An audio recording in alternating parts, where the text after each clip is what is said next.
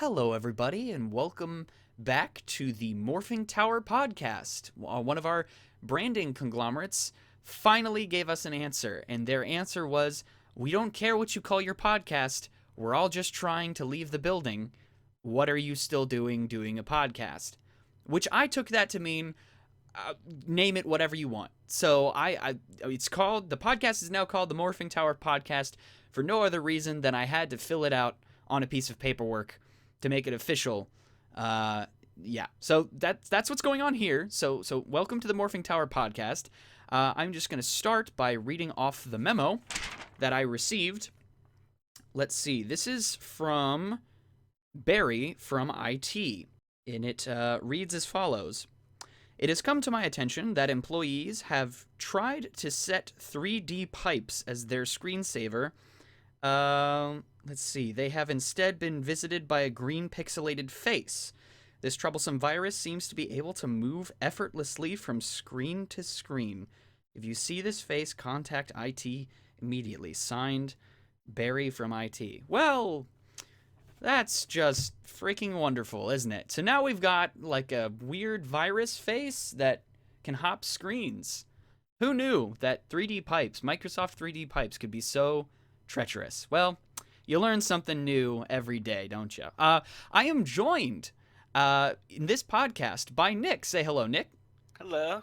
We are standing in what I can only describe as some sort of strange, anachronistic tavern. Can you explain what this place is and what you're doing here? Yes, I'd love to explain what this place is as soon as you explain to me what anachronistic means. Oh, sure. So that would be like if you dug underneath a pyramid and found a Mustang. Okay. Like it's in the wrong time period, basically. Okay, I see. Yeah, okay.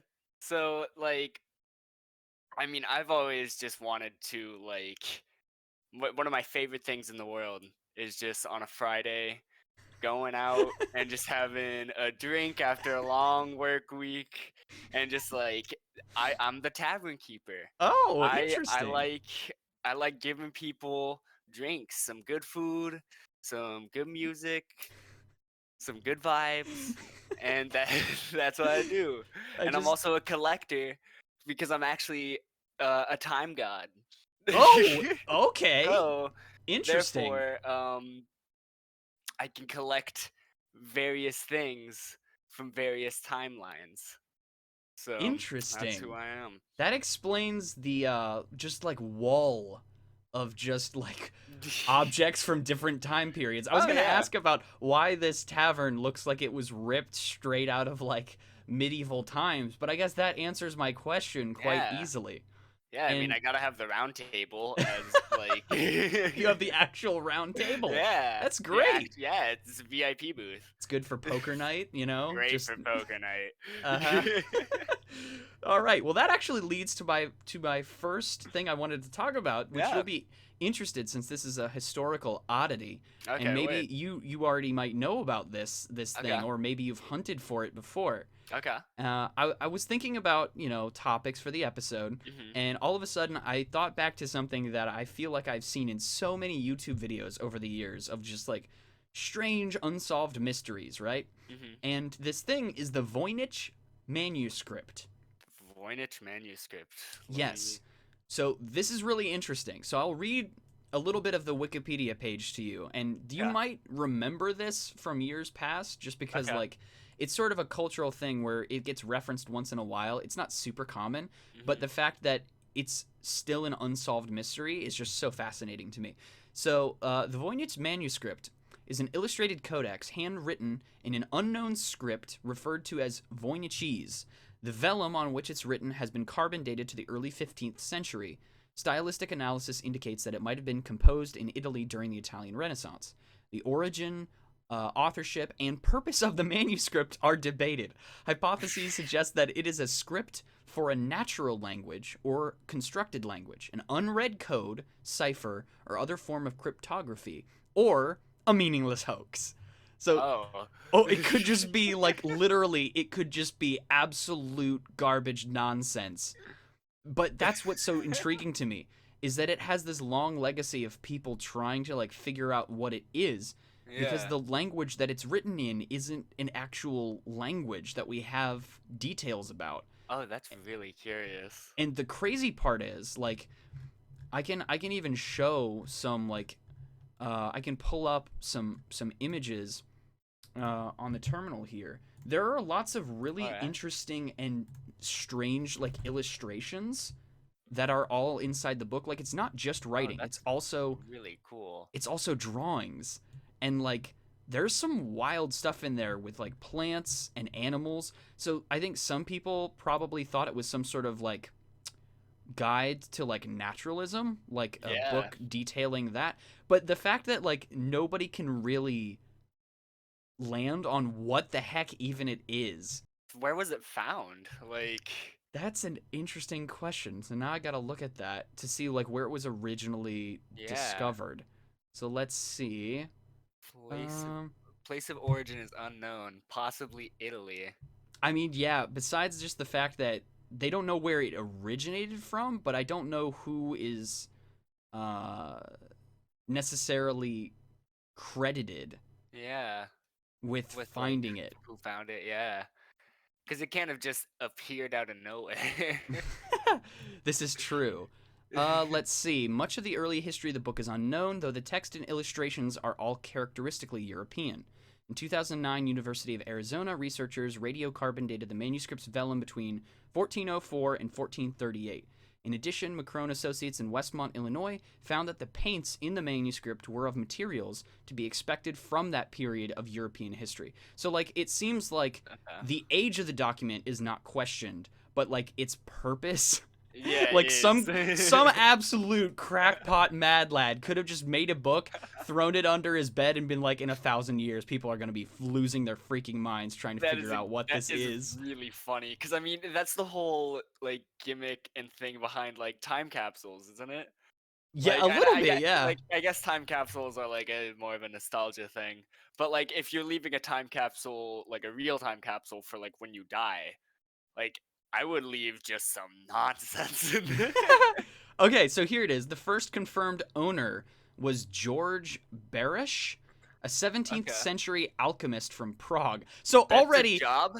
so the book is the first person to own it is also a crackpot. So like we're starting off at net zero of like Oh yeah. the credentials of the person to own the book in the first place are already super sus. Yeah. Like, oh yes, I can take dirt and turn it into gold. Give me this book. I know what I'm doing with it. It's just like that's not how that works. Oh my god. That doesn't. That's So incredible. it's the blind leading the blind. It's a Yeah, crazy absolutely. manuscript, and it was discovered by an It also was crazy person. I mean, he's got to be the one who wrote it, right? Although it was 17th century, so it was written 300 years 300 years prior. before? That's wild, dude. Someone else, I think, got a hold of it after the fact. Hmm. Barish twice sent a sample copy of the script to Kircher in Rome. Let's see. And then Who is a Jesuit scholar. So he sends it off to a scholar, this alchemist, asking for clues. The 1639 letter from Beresh to Kircher is the earliest known mention of the manuscript to have been confirmed. Whether oh, Kircher answered the request or not is not known. I love the fact, like, Kircher could have just been like, I'm just going to throw this letter in the trash, this yeah. crazy man. But he was apparently interested enough to try to acquire the book, which Baresh refused to yield. Upon Baresh's death, the manuscript passed to his friend, Jan Marek Marci, also known as Johann Marcus Marci, then blah, blah, blah, blah, blah. A few years later, Marci sent the book to Kircher. So it ended up in Kircher's hands anyways, because the Yeah. crackpot friend gave it to this guy. Marcy also sent Kircher a cover letter in Latin. What a nerd. That's still attached to the book when Voynich acquired it. Okay, so it's called the Voynich Yeah. Manuscript because of Who someone acquired who it? was sent to, I guess? Yeah. There was a guy named Voynich who apparently had it. Well, that seems kind of cruddy. Yeah. Like, that it's not even yours. Why do you get to name it? It's like the fact that the United States of America is named after a freaking Italian map maker. Yeah.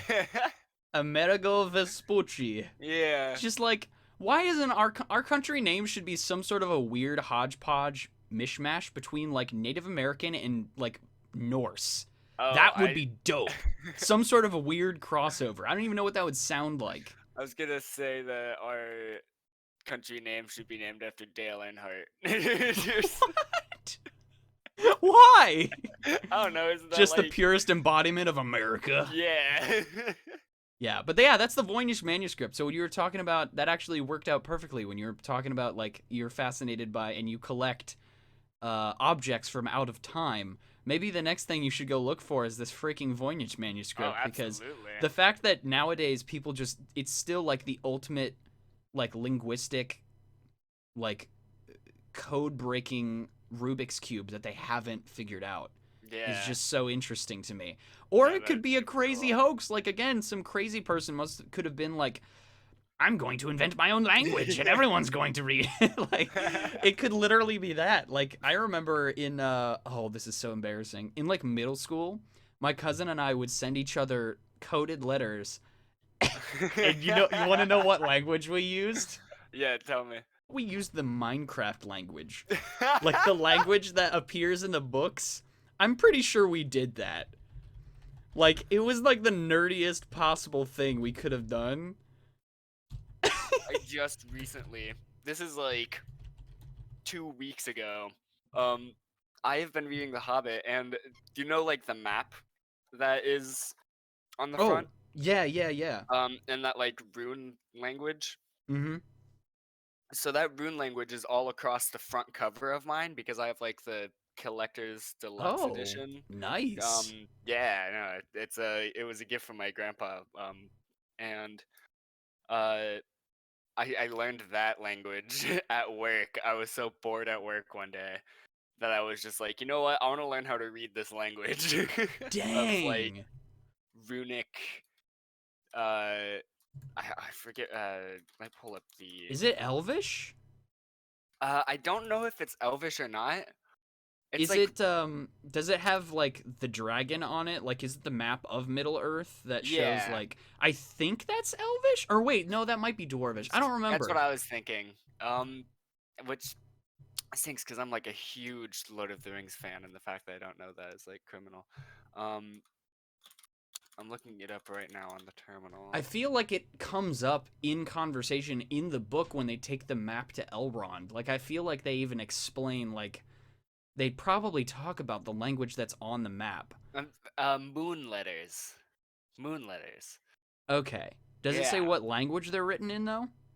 Uh, Writing invented by the dwarves. Okay, so it's like a lost language though, because I don't think the dwarves know how to read it or something like that in the book. Yeah, I don't know. Yeah, I guess so. Moon letters. Okay, Yeah. that's cool. I mean, I've literally been reading this book. I read it just recently, and I already forget. Well, there's a lot of okay. Give yourself some credit. There's a lot of details in The Hobbit. All That right, is very there's a true. lot of That information is to take in. very true. A Yeah, lot of information. I love this book. Like it is just awesome. One of the few things that I know about Tolkien, like, it's gonna be an interesting read whenever you have a person who invents a language, who puts in the time to make a coherent language, and then makes a story just so he can use it, basically. Like, he Yeah, made the language yeah. first, and then was like, I need an excuse To to use use this this. language, I'm gonna yeah. write a book. Like, that's so wild. Yeah, I love that. Like Tolkien is just a genius. Yeah, so I see on the terminal you pulled up the Hobbit runes alphabet, Mhm. and like it definitely does give off like Norse. It definitely does. Like, hold on, let me pull up like the Norse alphabet and like we can compare them real It's fast. all the sharp angles I think that make it look Norse to me. I remember, Mhm. yeah, languages are so fascinating to me, and like English, I'm definitely very fortunate the fact that English was my first language because I Mhm. can't imagine trying to learn it as a second. Like it's Oh, just so same. it breaks so many of the rules that it Yeah. sets up. Yeah, it absolutely does. And here's some of the this is a set of Old Norse Scandinavian runes. Oh yeah. I mean, this is Um yeah. I mean, Yeah, there are some very obvious like Hmm. similarities there. That's so fascinating. Hmm. Yeah, that's really cool. So I had a question. So Yeah. I know that you're into music Hmm. Yes, I am. and that you studied percussion, which is something Hmm. I'm envious of because I'm just now like getting to the point with my own musical projects where I'm trying to use percussion more. Yeah. Um, Again, like since I use like an app on my phone, it can be very unnatural to try and create a pattern of like drums that Hmm. doesn't sound like super boring or overly repetitive Yeah. No, because I get that. having that tangible, actually holding the instrument is it makes a big difference, I feel like. Hmm. But I wanted to ask because so the last podcast I had on another musician and I asked the more obvious questions of like what led you into music, and we could start there if you Okay. wanted to just give a brief. Yeah. But the Sure. second part of that question, after you answer the first part, the second question that I would ask is like, out of all the art forms, Hmm. why music?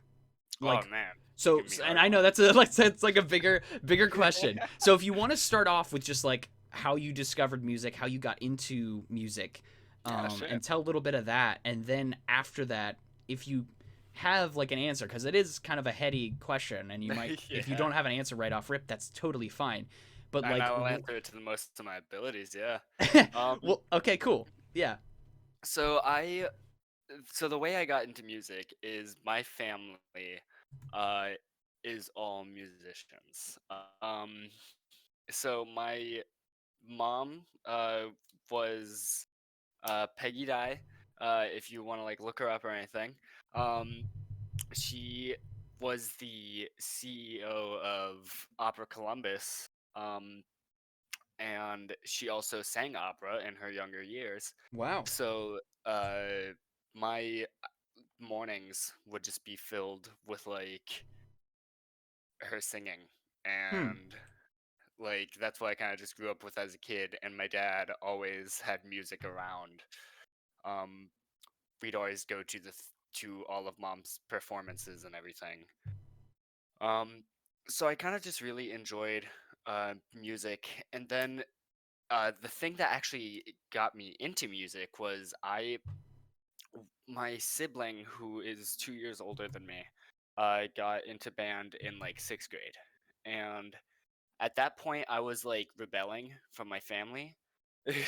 So I was like, I'm not gonna get, I'm not gonna go into band like my sibling. I'm gonna do football, and I'm like 4'11" at the time, and like literally 90 pounds. I'm like, yeah, I'm gonna go like do football, and then I ended up like joining track. Um, but in seventh grade, I was like, you know what? I'll give music a try, and it was between percussion or the trumpet, and I ended up choosing percussion, um, because I didn't want to play the trumpet, low key. Dude, if I tried to play the trumpet, I'd get so frustrated. I'd turn the trumpet into a percussion Oh instrument yeah, because same, I'd bounce it same. off the curb. Yeah, it would. Yeah, I'd be curb stomping a trumpet. Like, Dude, what a visual. do you think it would like make the? Yeah. Dying sounds of the trumpet. um, but yeah, I ended up getting into it, and I had a teacher who I started having private lessons with in like the summer of sixth grade going into seventh grade, and I just kind of like fell in love with it. I was like, oh, I Hmm. like this, and I can understand this. It wasn't necessarily like a, oh, I love expressing myself. That wasn't what it was at first, because at first I was literally playing quarter notes on like a drum pad. Um, which I'm like, okay, cool. Like I can hit a drum pad, and like, because a lot of percussion is like practicing technique in the beginning. Hmm. Right. Um, it's just to make sure that you don't like build up bad habits and everything. So I what kind of drew me to it and like kept me around was the fact that I was like, oh, I'm learning something new. Hmm. I am understanding a whole new language of rhythm, and like I know how to read this thing on a page. Other people can't do that. Hmm. I thought it was just so cool. Um, and I ended up like continuing doing percussion into high school, and I was like a huge like part of the marching band. I really wanted to do DCI, but I ended up not doing DCI because I wanted to go to college instead. Um, Dude, marching band, I just gotta say, like I have so much respect for people who do marching band. oh, I've same. there's a bit by a comedian named Brian Regan who where he's Oh just sort of yeah, riffing off the fact that like playing any of these instruments well on their own is difficult enough, and then you add in your marching with it. yeah, There was yeah. he was poking fun at the idea of these musicians all sitting down, and then one of them being like, I'm gonna stand and walk around while I do this. It was just like it seems so needlessly complicated, but go off. Go That ahead. is amazing. Yeah, so I really enjoyed marching band, and I was a snare player. Um, Shout out all my snare players. Snares Um, I think are my favorite to like sonically, like for marching bands, I oh think yeah, snares are my favorite. yeah. I think just the power and like cut that they have, just like that, Yeah, that like cut. Yeah, that's what I yeah, was going to say. It's like a sharp, powerful sound. It commands yeah, your attention. yeah. There's this song by Odessa, called "Loyal," which has like these snare drums in the background, and it's like also this kind of like EDM music on top, and I'm like, this is amazing. um, but yeah, I continued doing it into college. Um, and the thing that was really unfortunate about like my journey in music was COVID hitting, Mm. because as a percussionist, l- a lot of instruments I didn't have access to for about 2 years. Oh, that's so Um, rough. yeah, so during my college auditions, I didn't even submit a marimba piece for my college audition because I didn't have a marimba to do that with. I had to bring the xylophone from school. I had to bring it to my house so I could just practice at my house since I wasn't able to practice at the school. Wow. Um, so it really sucked. It Yeah. really sucked. And the thing that I like regret most about it is I during that time when I was like really down in like my creativity and my musicianship and my want to play music, um that was probably like the most important time when I should have been doing it, Mm. because then by the time I was in college pursuing music, I didn't know how to play marimba. Mm. I didn't know how to do like a lot of I didn't there was no I didn't know basic music theory, um because that like wasn't available at my school. Um and also, like, to be fair, there's always like other opportunities and stuff. Like there's online classes obviously, and like I realize that now. But like, I was just down on my musicianship. I was down on my creativity and want to do music, during like a crucial time in my life. So I ended up dropping out. Um, and I'm still like connected to music. I still like I love writing music. Hats off to you It's for that, super because fun. I can't even imagine trying to think in a musical sense. We were talking about languages earlier. Like that is one language I do not yet have fluency. So like even like being able to think about one instrument alone Hmm. is one thing, but being able to figure out, oh, this sort of instrument would be good here, while this instrument over here is doing this thing that Yeah, complements it. Like that's yeah. so impressive to me. I love stuff like that, especially like I love like creating counter melodies. Mm, Um, especially with like what my forte is, which is percussion music. Um, I like having two marimbas play like a duet of like a similar theme, but they're just kind of offset a little bit. Um, Hmm. like one of a famous percussion like ensemble piece that has the same rhythm uh played by, I think it's either 5 or 6 people. Okay, so the rhythm is just,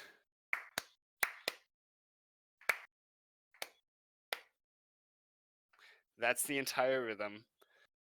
It's just 1 2 3 1 2 1 1 2 1 2 3 1 2 1 1 2. And the thing is, all of the people who are playing it, it's offset by 1/8 note.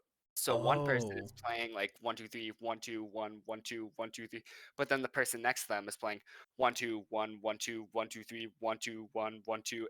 So it's the same thing. It just starts in a different place. Right. So it oh, that's so fascinating. So the way Yeah. like it layers would be sonically so fascinating. Yeah, it's called Steve Reich. It's by Steve Reich, and it is called Music for Pieces of Wood, I believe. The way that I learned it at first was I learned this music like the music that I saw looked like this. Okay. So looking It's at this picture, it's got like very like modular squares that mhm. represent does that represent different percussionists, like the different colors? Yeah, Because you so the got different red, colors are yellow, different people. green, Yeah. then like blue, and then like indigo, and they're all spaced just so that when you stack them together, it's like sonically pleasing to hear. Yeah, somewhat. Sometimes it's not sonically pleasing to hear. um but I think the concept is super cool. It may not be the most it's definitely not a melodic piece. Like you aren't gonna shed a tear to this piece. Um, but I think the thought of it is really cool, and also I think the thought of writing music like this in color is super cool because music is always written in like kind of a similar way, whether it be like lead sheets or um like actual like on a staff music. Um, but like having music with shape and color like this is just super interesting, I think. Hmm. Um, but I don't know, the crazy ramblings of a former percussionist. Well, no, Um, that all leads very well into that question. Like, of all the art forms, like, what do you like? Maybe it's easier to couch it like this. Like, what do you like so much about music? art, I think, is just kind of generally the universal language. Mm-hmm. Um, It does. Yeah, it it cuts through it barriers. it Yeah. cuts through barriers, and I think the power that music has with it, I think, is just the most appealing to me. Hmm. I love being surrounded by sound, and especially good sound. Hmm. Um, it having like also just because it was such a integral part of me growing up. Right. Um, I kind of like associate it with like safety. Yeah. Um, and I'm just like I want to give other people. That's why I wanted to be a music teacher, was because I was like I want to give other people this outlet and Hmm. this language that if they can't speak for themselves, music can, you know? Yeah, that's really really cool. I like the way you put that. So, transitioning a little bit from the topic of music generally into something that I found Mm, out about within the last week because okay. my younger brother is basically my youth lifeline. Like I don't have TikTok. He has TikTok, so he Okay. updates me on what's going on. So Yeah, I'm curious absolutely. if you heard about this. Okay. Did you listen to or see anything about the Drake and the Weekend AI song that came out?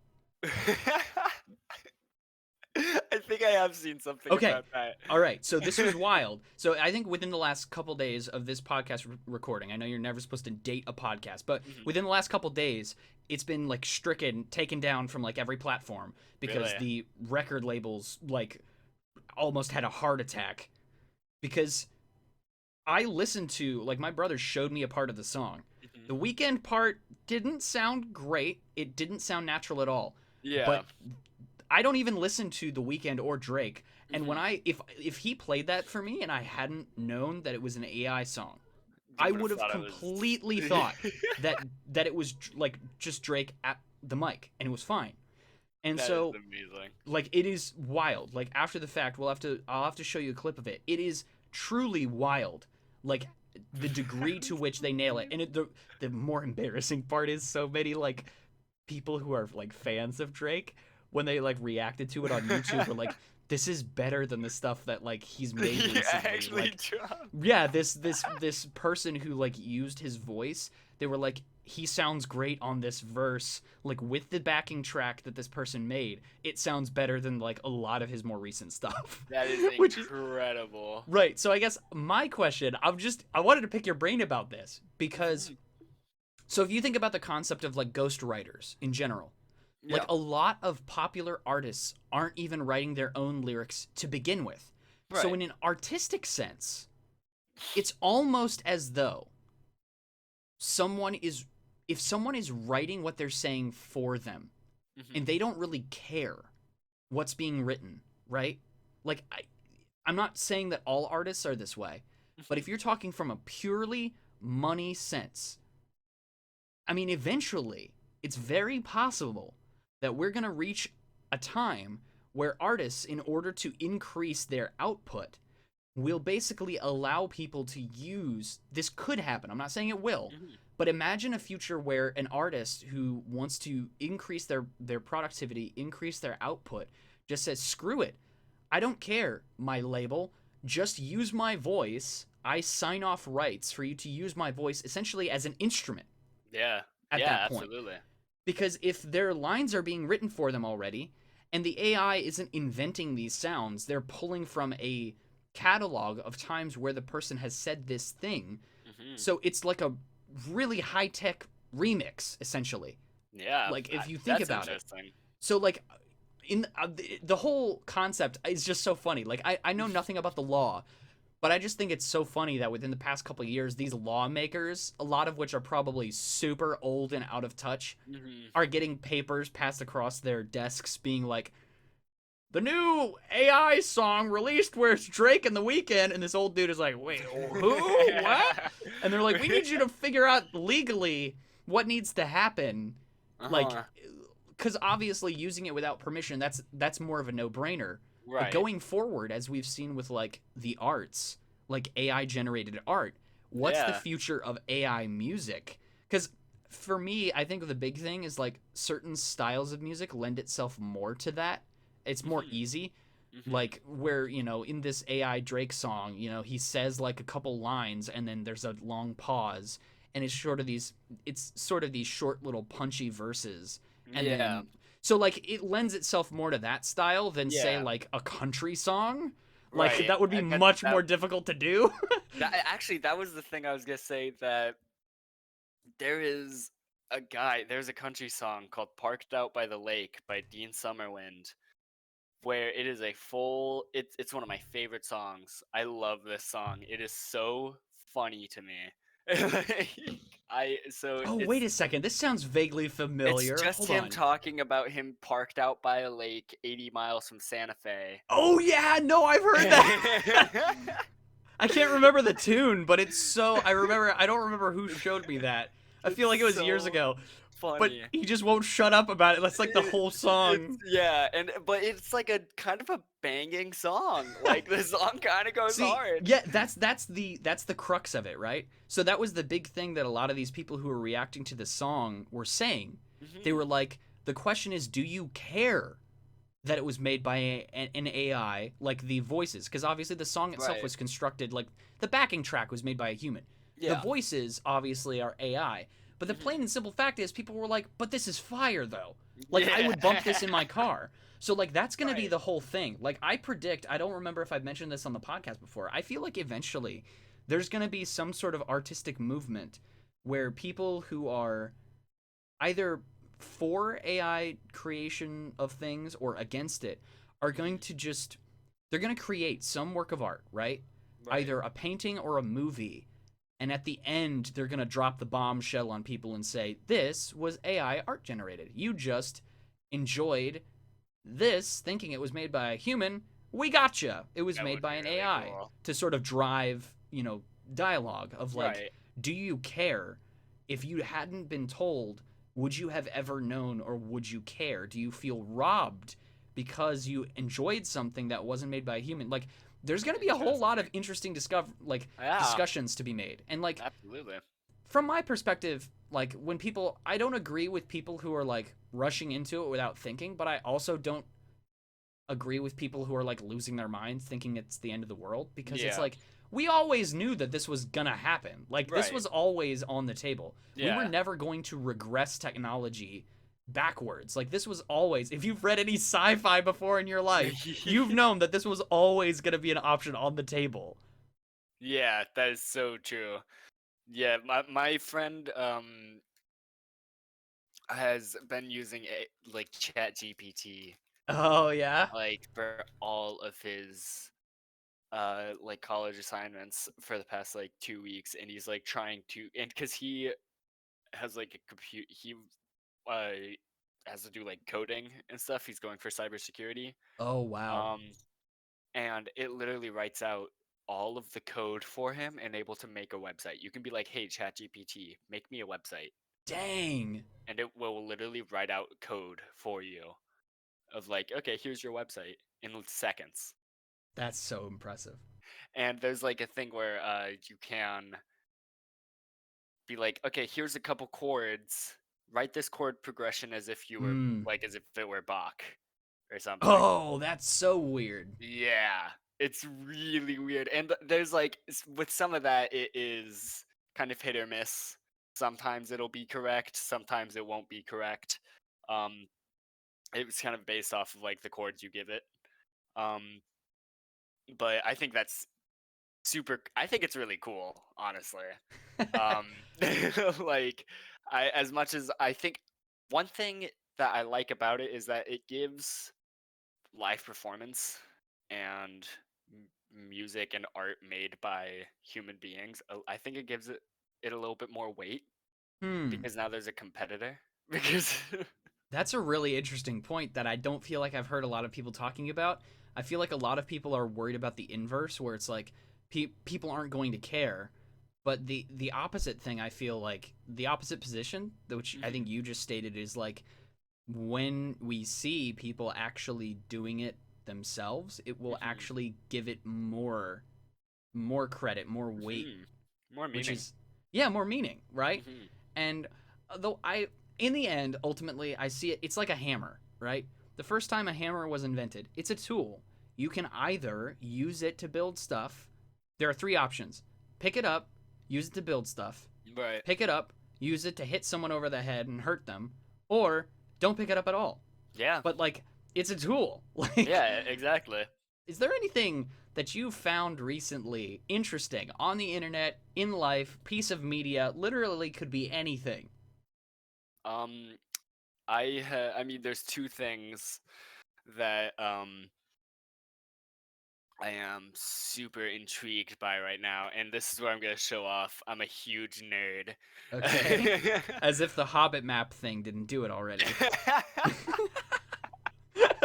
You're so right.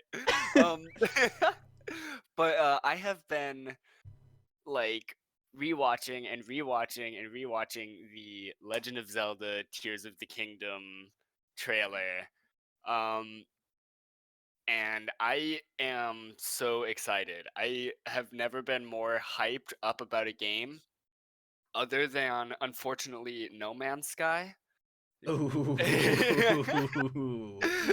That was It's a like rough that one on that release, brother. that was the first game I ever got hyped up about and was like, Oh. "Oh, I love," like, because it came out like right when I was, really getting into gaming and stuff. Um, and I was just like, and everything was built up, and I was like, "Oh, this is gonna be so cool," because Oh. I mean, obviously the idea is so cool. Oh yeah, Um, the idea is good. and um, so I went there on like release night, and like I was there at 12 to pick up the Oh case. no! And I get home and it like immediately crashes after an hour. Oh, And then like 2 hours later, I'm like, I've seen everything. dang. And I'm like, S- I paid $60. Like, oh, So, my heart. Um, So this is related, and then I'll let you continue on about yeah, no, the go ahead. trailer. So Zach, who I've also had on the podcast, Mhm. who's currently up on the roof amassing an army of birds. We don't need Oh, to talk word. about it. Okay. So listen. So he was keyed up. He was keyed up to buy Choo Choo Charles. This was a couple Ooh. months ago. It's the Okay. horror game where you're being basically like a Yeah. satanic Satanic Thomas the Train. Train, I love basically with that spider game. legs. Yeah, I So think it's super funny. he had been like paying attention to this game for like multiple years before its release. Like he was excited for it. He bought that thing. He plugged the laptop into like the HDMI port in our Mhm. downstairs big TV. So we were all just going to sit there and eat snacks and watch him play Choo Choo Charles. And I don't know if they've made any improvements to the game since its release, but oh my gosh, it was so bad. It was so like I was embarrassed watching like Oh the no. opening cinematics where like none of the like NPCs' mouths are moving during their Yeah. dialogue. Yeah. Like I looked at Zach across the room. I was like, this is finished? This is the released game? And Choo Choo Charles showed up like twice, but Mhm. 95% of the time you're just left to your own devices. Yeah, Like he you're just doesn't on a show up at train. all. Yeah. And it was so bad. It was Oh so bad. no. I told him after the fact because obviously he was under time, so he was able to refund it. But the way that I looked at it, I was like, it very much seemed like a game that was trying to do too many things. Mhm. Like, if it was just as simple as you start the game and you're on the train and you Yeah. can't leave the train and you have to just like make repairs to the train and like shoot at Choo Choo Charles and Right. like shoot at the train switching things to take you to different, Yeah. that would be one thing. The fact that you can get off of your train is dumb. Like you can Really? get off and go explore this massive island, Yeah, true. and it I falls into that broad category of like quote unquote open world games where there's nothing to do. There's like yeah. only like 10% of the map is actually used for anything fascinating. The rest of it is Yeah. just nothing. Yeah. That is actually another great like segue into Tears of the Kingdom and Breath of the Wild, I think, Mm. because I think those are like what an open world game should be. Mm. Those are like or at least I'm hoping for Tears of the Kingdom. I know for Breath of the Wild. Um, When Breath did of the hold on? Wild. While you keep talking, I gotta look Yeah. up when did Breath of the Wild come out? I think 2017, 2016 maybe. What? No I way. think so. Oh my gosh. Oh Yeah, my gosh. 2017. Yeah. That was when I freaking graduated high school. Oh my gosh, I didn't realize it was that old. Yeah, it's been 6 years. Yep. Wow. Yeah. And it is just like a perfect game. Have you ever played it? So, okay, so this is something that many people know this about me. I have Mhm. never played a Legend of Zelda game like from any of the series What? outside of, let me finish. Okay. Outside of, I believe I was at, oh gosh, I think I was at Circuit City back Okay. when they were a thing. And I played like 5 minutes of a demo of Skyward Sword. Oh no! That's it. So I know a lot about the franchise, but I've never actually played one of the games. And I have a Wow. very specific reason for that. I don't Okay. want to play any of the games until I've made my first game. Because Oh. I don't want to accidentally be influenced by them and draw too much from them. Because I'm definitely, the way my brain works is I have a tendency to absorb something creatively, want to incorporate it, and then so long after the fact, I forget where that original idea came from. Okay. And so I get basically that. want to be able to make the game with carte blanche to tell people who might accuse me of this is just like Legend of Zelda Okay, and I X, Y, or understand Z. that. I want to be Yeah. able to. I want my Uno reverse card ready to be. Actually, I've never played any of the games, so Right. there. It's Okay. completely ridiculous. It doesn't make any sense, but I'm waiting to play them. I will They eventually are- get around to playing some of them, I'm sure. I will be humbly waiting with almost every single one like ready for you to play. Like So what's the second thing that you're nerding out about besides Tears of the Um Kingdom trailers? I am nerding out about Demon Slayer right now. Season 3, my like one of my favorite animes, probably my favorite anime of all time. Um, Wow. yeah, I love this anime, and season 3 just dropped, and the animation is incredible. So there is this place in Demon Slayer called the Infinity Castle, and it's like where the main Wow. demon it looks so cool. It's where like the main demon um like lives basically. Okay. Um it's an endlessly large extra-dimensional space of wooden rooms, endless halls, and moving corridors. Possesses a warped direction of gravity, um, and they can like people can move in physically impossible directions. Okay, So so you just described our office building, but go on. yeah, yeah, you're right. I might have to take this into consideration, because now I might be more scared about where I work, but continue. Let's take a look at this here animation. Oh, oh, wow. It's super cool. A lot of the scenes are missing because of like copyright. This like was just released, so like this is just like a jump cut of a bunch of scenes together. It definitely looks like sort of a hodgepodge of styles put Yeah, together. Because I'm getting yeah, like notes of like Naruto, yeah. Okay, but fair. then Yeah, just a little bit. yeah. No, But absolutely. I think everything looks a little bit more complex. Like there are way more lines and Yeah, like details than Naruto. yeah, Like everything has more detail, and that yeah. makes it stand out for sure. Agreed. Agreed. So there is this there is they kind of blend CGI and like hand-drawn animation. Yeah, I noticed that. So like if you notice like a lot of the water animation of like the boiling water and stuff you'll see. I don't Yeah, know if you've that gotten looks there at all real. yet. I know, right? That's CGI and I'm like, "Wow." Wow. See, Like okay, so their budget is insane. this reminds me. So all of a sudden now I'm thinking about way back. Did you ever watch the movie Atlantis?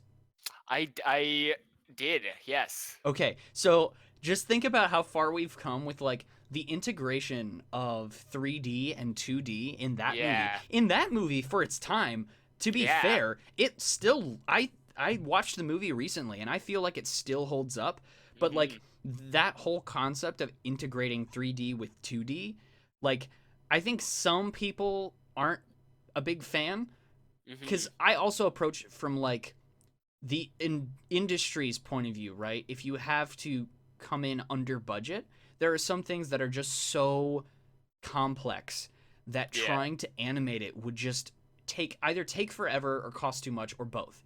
Yeah, And absolutely. that's it gives me more respect for shows and movies like the old Transformers TV show or the 80s Transformers movie Yeah. where there's like no 3D integration, everything's hand drawn and it's all these crazy complex like lines and like straight edges cuz everything's a freaking robot. Yeah. It's Yeah, like that's part of the reason why I'm in love with anime so much is because a lot of it is hand drawn. Um and like I think that is so cool. Like a lot of Naruto, that's hand drawn, but like they have some of the craziest like they have some of the craziest like ideas and like I think visually exciting choreography and combat and like world. Um that I think their animation does a lot to bolster. And like another thing another like show that I love, another animated show is Avatar. okay, Avatar the so Last that's another Airbender. one that's on my list to watch. It's incredible. It So on is. up on the terminal, here's just one screen grab from like the 1980s Transformers Oh show. yeah. Look at the freaking level of That is detail. insane. Like trying to cuz it's not like these are like this is stuff that's in Yeah, you're motion. right. So like they had to animate all of that in motion Like the Oh, combat dude, sequences alone. imagine the layers. I cannot imagine animating these. Like it would Yeah. just take so long, especially Oh the my gosh. transforming sequences. Yeah. Trying to Oh. imagine how you would animate that. Yeah. Like, cause And you'd have to know the inside out of like the anatomy of a car, and yeah. like you'd have to have the design.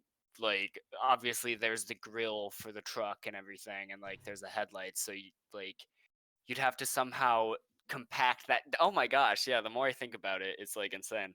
So my question, like, with Avatar. So Yeah. like, this is something that I've heard not just about Avatar, but about a lot of quote unquote kids shows Hmm. from yesteryear, from Yeah. eons past, Fair. is the fact that their approach to a lot of topics and concepts, and also like the action sequences and dialogue, Hmm.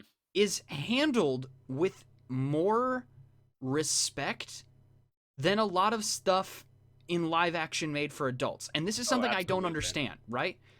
Because oh, on one sense I understand it, right? Because I feel like the people who are making these shows that have stood the test of time did it because they loved the project. They loved the characters. They loved the original, like, whether it's Transformers or Star Hmm. Wars or like whatever it was, Hmm. they have a passion for that thing. And since the Yeah. creators have a passion for it, they take great pains to make the end product something that has value. Like it's so strange to me. So like I'll give you an example. Hmm. So my favorite Batman movie is not any of the live action ones. It Okay. is the early 2000s Batman animated movie called Sub-Zero. I'm looking it up right now. And it centers around Mr. Freeze's wife. Her containment her containment vessel is breached and she is actively dying. She needs Okay. a blood transfusion. And it just so happens that the only person anywhere nearby who has the same blood type is Barbara Gordon, who Okay. is Batgirl by this point. Yeah. It's like Okay. she's already established as Batgirl, and Right. so they abduct her. And the story is so compelling and so fascinating because Mr. Freeze, like his whole ethos, he's not like a common criminal who just like, I want money. Hmm. In this movie, he is desperate to get Yeah. Barbara Gordon so he can save his wife who's dying. Yeah. But It's like he's a crazy also moral dilemma. right, he's also working with this uh, corrupt doctor associate of his who's in deep in debt and will do anything for money to get out of debt, and he's willing to do this blood transfusion that Mm. could potentially kill Barbara Gordon. And so Hmm. Batman and Robin have to go to this abandoned oil derrick to try and stop them. It's such a captivating movie Mm. because every character that's in that movie is like cranked to 11 as to like them being in Batman character, right? Yeah. This was one of the things that I really liked about the Batman movie that came out last year, was the fact that I felt like all of the characters were cranked to 11. Oh Like yeah. Jim Gordon was Jim Gordoning. Batman was Batmaning.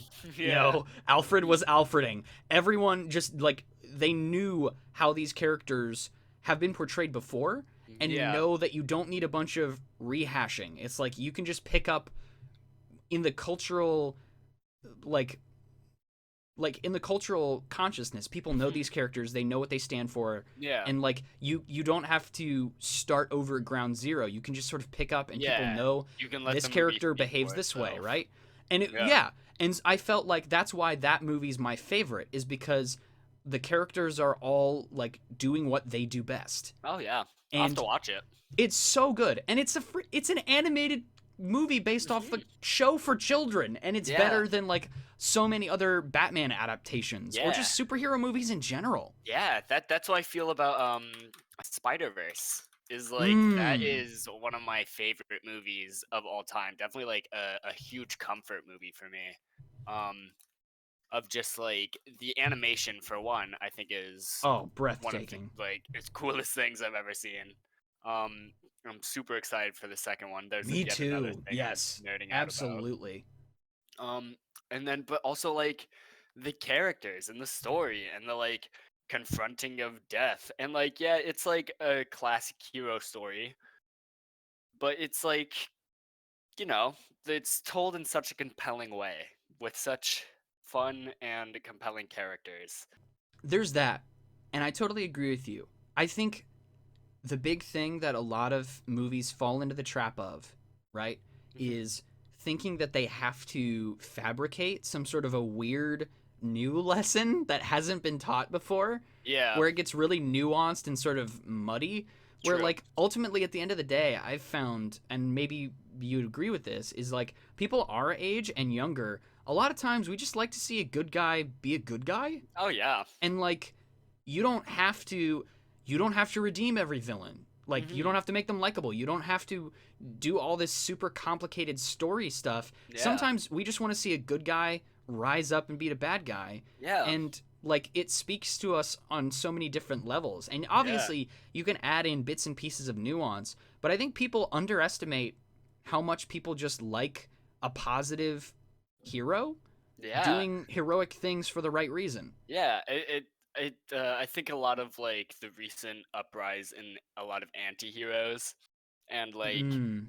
that kind of thing is like I think it's really oversaturated now to like every single hero needs to be a sarcastic jerk Ooh, yep. who like doesn't have morals, and I'm like, "Oh, should I be rooting for this guy?" Like my the peak protagonist in my eyes is Aragorn from mm. Lord of the Rings. That's a really good and specific choice. Just a good character, a good man, stands up for the right things, is a literal like soldier king, and like also cries for his brothers. Right, he's And not like afraid to show affection. he's not Like afraid he's to not show afraid to affection. He's not cry. afraid to Yeah. cry and love. Those movies did not used to hit me as hard when I was like the first time I watched Yeah. Lord of the Rings, like I didn't tear up at any parts during the movie. I Oh, think same. literally each time I watched those movies, a little piece of my like emotional armor is washed It's like away. Like yeah, the more I watch these they're healing. characters openly weep, like I get choked up now when I watch the Yeah. Lord of the Rings movies when moments like that happen. I think it's Yeah. just because I mean, obviously, more life experiences happen, and so you can kind of connect more with the characters, like when they're Mhm. going through a bad time. But Yeah, for literally, I sure. just like I get chills and I tear up when I hear certain sentences Mhm. or certain lyrics spoken now that I didn't Yeah. used to, like in songs. Like I'll Yeah. hear lyrics and I'm like, oh, that just hurts. It It's hits. It so hits good. different. And It's yeah, different. I totally understand where you're coming from. There are songs when it's a lot of times when I will go through like my old Spotify playlists and I'll hear a song that I listened to in like middle school or even Mm, high school or college. Um and I like it brings me back there. yeah. So I'm listening to these songs that used to like get me hyped up and be like, yeah, I'm ready to take on the day. And now I listen to them and I'm like, My hype song is now my cry song. yeah. I'm just It's like, like super peppy. take me back. Well, as we wind down here, first of all, thank you so much for being on the podcast. It's been a Absolutely. Thank you for pleasure. having me. As the tavern keeper, do you have a specific drink that you'd recommend that I can order from here? You got any fun little nicknames for any of the drinks that I should try? I mean, I'm always a fan of the Moscow Mule.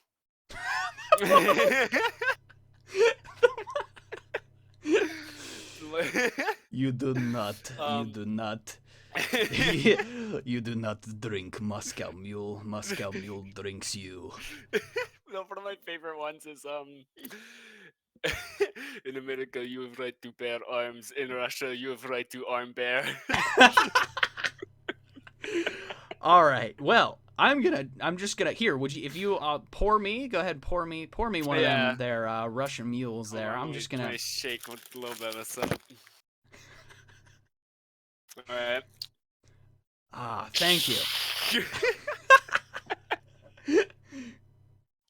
Yeah, there you go, sir. Thank you very much. Thank you. What currency do you accept?